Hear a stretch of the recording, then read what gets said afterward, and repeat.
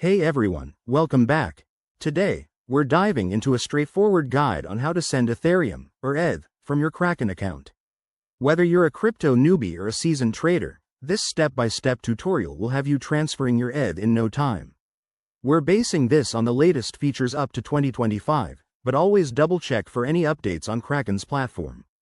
Let's get started. First things first, make sure you're logged into your Kraken account. If you haven't already, head to the Kraken website or app and enter your credentials.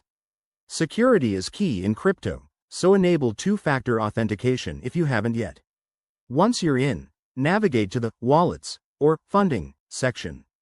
This is usually found in the main dashboard. Look for the ETH wallet specifically. Here, you'll see your current ETH balance. Click on it to access your wallet details.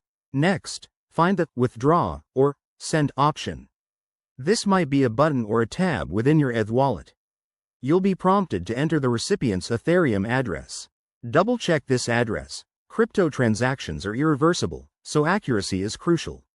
Now, enter the amount of ETH you want to send. Kraken will show you the estimated fees and network costs, which can vary based on Ethereum's network congestion. In 2025, with potential upgrades like Ethereum 3.0, fees might be lower, but always review them before proceeding. After that, hit the Review or Confirm button. You'll get a summary of the transaction, including the amount, fees, and final destination. If everything looks good, enter any required verification codes from your authenticator app. Finally, confirm the transaction, and you're done. Your ETH should arrive at the recipient's wallet shortly, depending on network speed. Remember, always keep an eye on your account for any unauthorized activity. That's it for today's guide. If you found this helpful, give it a thumbs up and subscribe for more crypto tips. Stay safe out there and happy trading. Thanks for watching.